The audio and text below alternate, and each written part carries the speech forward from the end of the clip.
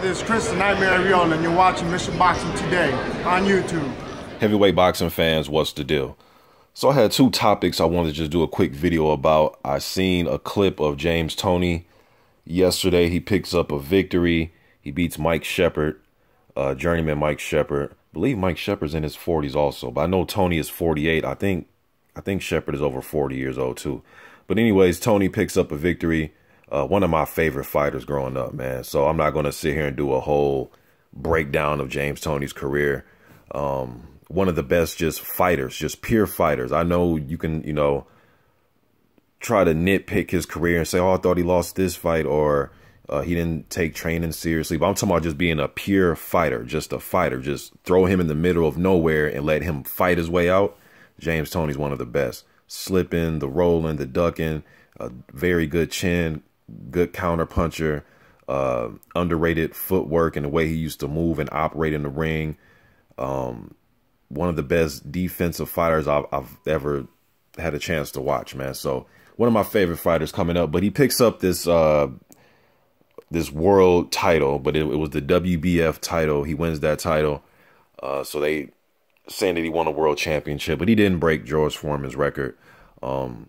But it's good to see, James Toney go out on a winning note. I know they tried to do this a few years ago. He tried to have a closeout fight, and he ended up losing the fight by decision. So it's good for him to get this decision victory, just to go out and say that he got a victory. You know what I mean? So I'll leave a clip to that in the description box. You can just check it out. It's literally like a 30-second clip. And Toney, James was playing pitch and catch, catch a punch and then come back with his punch. He was rolling, and it was kind of funny watching it because, like, damn, he's still doing the same movements that he was doing years ago, man. He still got that fighter inside of him, you know what I mean? So what do you guys think if, like, Toney were to fight Antonio Tarver? I know what Tarver's been saying. Tarver wants to fight for a world title, so on and so forth. I know he's looking at bigger things, but what do y'all think right now if Tarver were to get in the ring with James Toney? I'd like to see that. Just for an old guy fight, not to, establish, them getting a title shot, but just, I'd like to see that fight, man. I don't know. I'd like to see that fight. But then also in the news, Toney Yoka, super heavyweight gold medalist this past Olympics in Rio 2016. He was making his pro debut June 2nd. We know right now he is under the tutelage, and he's being trained by Virgil Hunter. So he has a fight coming up June 2nd.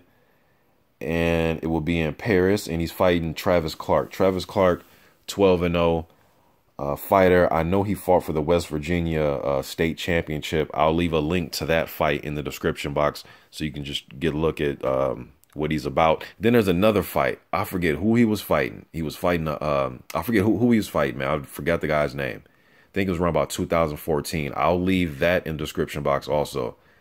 It was, just far as entertainment, it was very entertaining, man. I don't forget which round it was, but I looked it up on YouTube. I don't know which round it was, but in that round, the guy he was fighting put him down twice.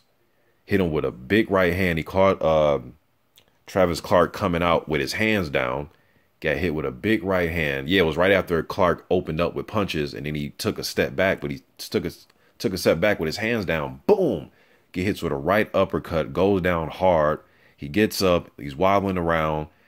The ref gives him the standing 8 count.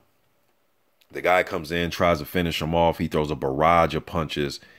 Man, I can't remember, but damn it seemed like it was like 30 unanswered punches. And then he kind of fought his way out of that. And then, boom, he goes down again. This time when he goes down, he kind of rolls under the ropes where he was still on the canvas, but he was outside of the ropes. The ref could have easily stopped this fight.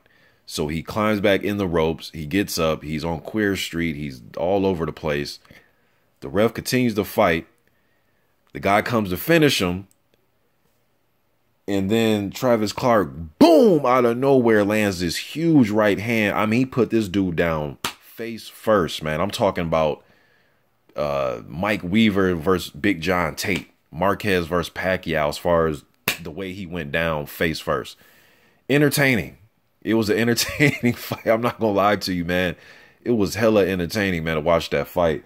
So Clark, smaller, shorter guy. I expect Yoka to use his jab, use his, phenomenal, just his ability, along with being 6'7", got the reach, got the legs, very fast puncher. I like when Yoka's moving and pumping his jab out, and he can lead with quick right hands. I expect for his right hand to develop even more. Being a pro, I'm sure Virgil going to help him with that, develop that right hand. I've seen him knock a lot of people out in the amateurs with that right hand, out cold. Forget the guy who he's fighting in the World Series of Boxing. I forget the dude's name, but he knocked him out with a vicious right hand. So I expect Yoka to win June 2nd in Paris, but Travis Clark is an interesting fighter for him to fight in his first pro fight. I know Clark will come to fight. I know he'll throw punches. I think technically he's a little crude technically, but he seems like a guy that's just there for a fight. But his technique, when I seen him fight I believe the guy's name was William Davis, who he fought in the West Virginia State Championships. But even in that fight, I seen his technique was a little better than the fight that I saw where he had that slugfest with the other guy in the other fights that I've seen. But regardless of that, now that's just me breaking his fights down, trying to watch him. But I expect Yoka to win that fight. Yoka should use that jab, stay on the outside, try to outclass him. The guy's been active. He fought 3 times last year, and Clark has fought once this year in March. He got a TKO victory. He will come to fight, man. I expect Yoka to win the fight, but Clark will come to fight. He is undefeated.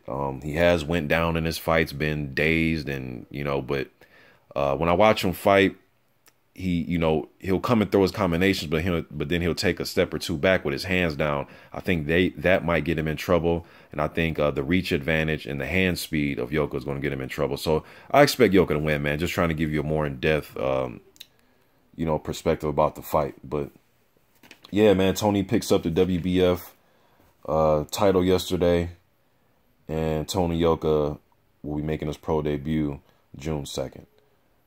Gold medalist, super heavyweight. You guys let me know what you think in the comment section, man. I'm out.